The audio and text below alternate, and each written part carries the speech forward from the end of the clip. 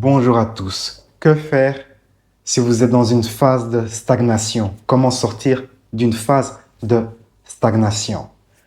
Je suis Louis Aguera, coach en transformation personnelle. Dans cette vidéo, je parle de ce sujet de sortir comme ça d'une phase de stagnation. Imaginez, vous travaillez sur un projet professionnel ou personnel et vous n'avancez pas. La stagnation, l'impression de ne pas avancer, l'impression de ne pas faire de progrès, l'impression de faire du surplace. C'est ça la stagnation. Alors, cette stagnation est liée à certaines émotions, telles que la frustration.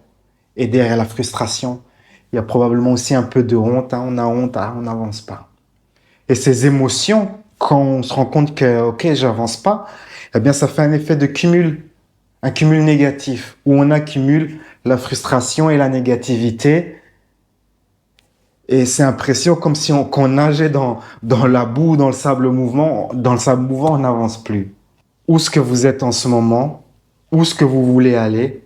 Où est-ce que vous êtes? Votre destination et les émotions que vous avez qui vont soutenir votre mouvement de où est-ce que vous êtes à votre destination. Si vous n'avez pas, par exemple, une croyance, il est nécessaire d'avoir des croyances de base qui supportent le progrès.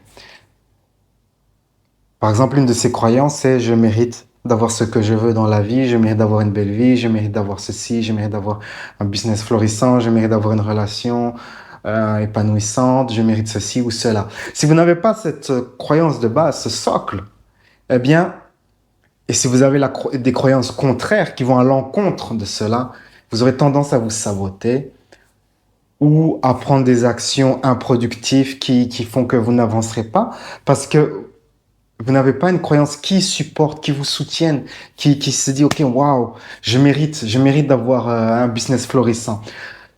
Quand on a la croyance qu'on mérite un business florissant, eh bien, on est dirigé vers les bonnes actions, vers les bonnes personnes et ainsi de suite. Et on avance, on est soutenu, on est maintenu à flot par cette croyance. Mais si on a la croyance contraire, j'aimerais réussir dans le business, mais je suis pas sûr de moi, je pense que je suis pas assez bien, que je mérite pas, eh bien, on aura tendance à se saboter. Et donc, l'une des choses à faire quand on fait comme ça du surplace ou qu'on est dans une phase de stagnation, c'est de lâcher prise sur, en premier, cette frustration qu'on ressent à ne pas avancer, et ensuite sur ces croyances négatives qu'on a sur le fait de lier à l'accomplissement du projet. Je ne mérite pas, je ne suis pas assez bien, je ne suis pas assez bon, je n'ai pas assez de compétences, je n'ai pas assez d'expérience. Toute croyance qui va à l'encontre de l'accomplissement de l'objectif, il faut délibérément lâcher prise. Cela doit être la priorité. L'un des types de croyances qui peut faire obstruction à l'accomplissement de votre objectif, c'est l'avantage caché. Y a-t-il un avantage caché à ne pas avoir ce que vous désirez? C'est assez difficile à découvrir par soi-même. Il existe des exercices, mais en général, une personne n'a pas la discipline ou la manière pour faire l'exercice efficacement soi-même. C'est mieux de le faire avec une autre personne. Mais il y a certaines personnes qui ont quand même cette efficacité où ils peuvent faire l'exercice de découvrir l'avantage caché à ne pas accomplir l'objectif. J'avais connu cette personne qui s'est dit, OK, je vais travailler à mon abondance financière. Et donc, il se met à travailler à son abondance financière et ça ne marche pas. Et 1 mois, 2 mois, 3 mois, pas de progrès, mais il continue à se remplir comme ça de l'énergie de déjà avoir de l'abondance. Et ce qui s'est passé, au bout de quelques mois, au bout de 6 mois, l'avantage caché à ne pas être abondant lui a explosé à la figure. L'abondance, pour lui, l'abondance financière était associée à la perte de l'amour. Si je suis abondant, les gens ne vont plus m'aimer. C'était l'avantage caché. Et donc, peut-être vous avez aussi un avantage caché à ne pas obtenir ce que vous désirez. Que cela soit dans les affaires, dans le relationnel, dans tout autre domaine. Parfois, il y a un avantage caché qui est assez difficile à découvrir parce qu'il est dans le subconscient. Il faut faire des procédures bien précises, peut-être méditation profonde, travailler comme ça avec un coach, ou alors, si vous avez de l'expérience, faire un exercice où vous marquez les les avantages et les désavantages, mais généralement, c'est mieux de le faire avec une autre personne. Dans ma formation de lâcher prise, dans mon cours de lâcher prise sur mon site, vous avez cet exercice et je vous guide dans la procédure. Parce que souvent, ce qui se passe quand on le fait par soi-même, on se dit ah non, mais il y a pas de désavantage, c'est parfait, parfait. Quand on dit comme ça qu'il n'y a pas de désavantage et que tout est parfait, parfois c'est parce qu'on a peur de découvrir la vérité sur soi-même. Idéalement, il est bon de cultiver des croyances positives qui soutiennent l'accomplissement de votre objectif. Pensez à quelque chose que vous aimeriez accomplir.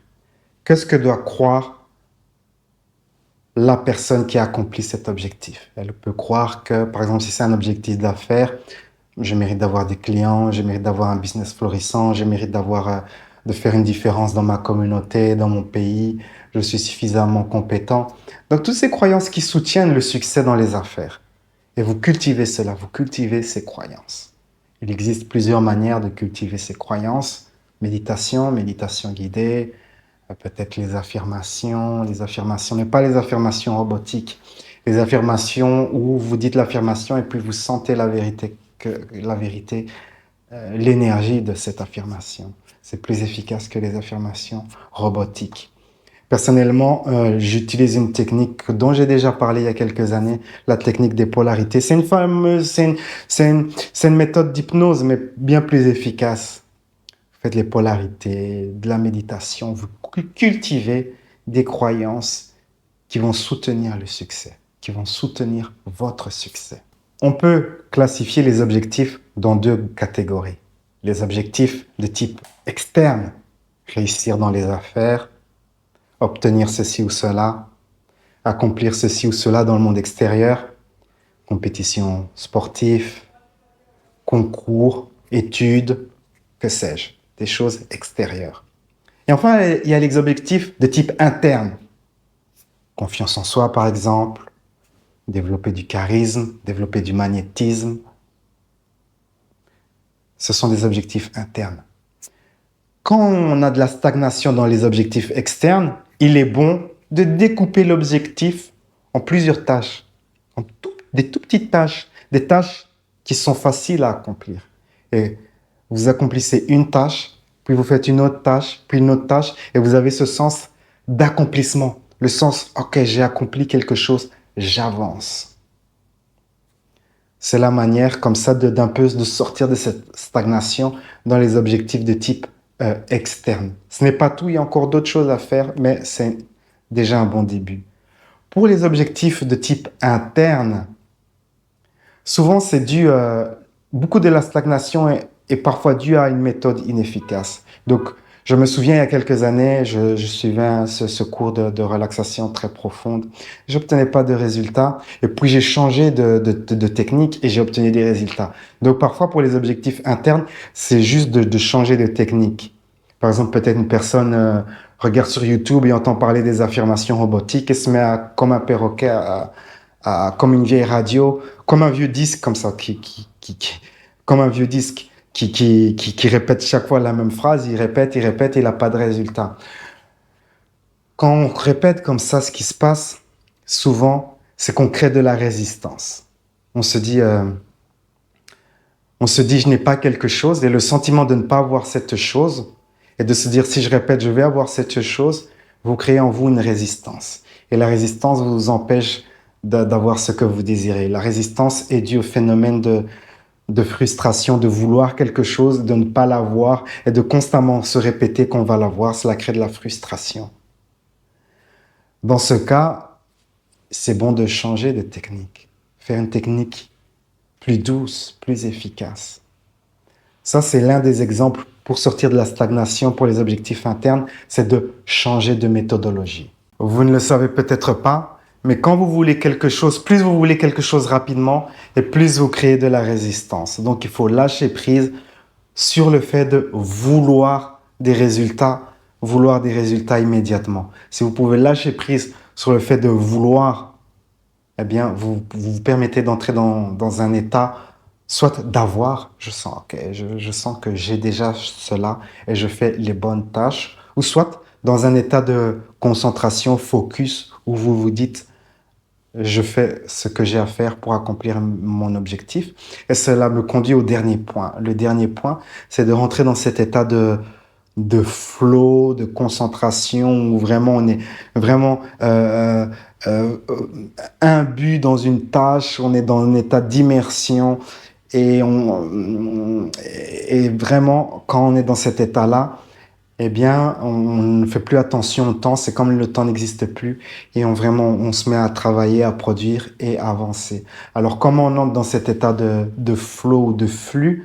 Eh bien, on fait une tâche à la fois, une tâche à la fois, et vous travaillez sur cette tâche pendant un certain temps, peut-être vous prenez une pause et puis vous continuez à travailler sur cette tâche. En fait, quand j'ai beaucoup avancé dans ma vie, c'était parce que cette méthode de flow. Et il faut construire une structure qui soutient ces efforts d'être dans cet état. Cela implique de réduire les distractions. S'il y a beaucoup de distractions dans votre vie, euh, téléphone, applications, réseaux sociaux, séries télé, toutes ces distractions cassent l'état de flow. Il faut réduire les distractions au minimum. Genre, dans mon cas, pour la détente, c'est de faire une longue promenade au parc de 2 heures. Et puis, je rentre chez moi, je retourne dans l'état de flow et je continue à travailler sur une seule et unique chose. Pensez à un objectif que vous aimeriez accomplir, interne ou externe. Ou quelle est la chose que vous devez faire qui va vous rapprocher de cet objectif, la tâche essentielle.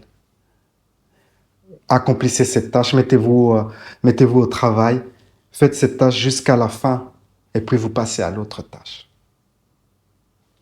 Rentrez dans cet état de flow. C'est comme ça que vous pouvez commencer à sortir de la stagnation.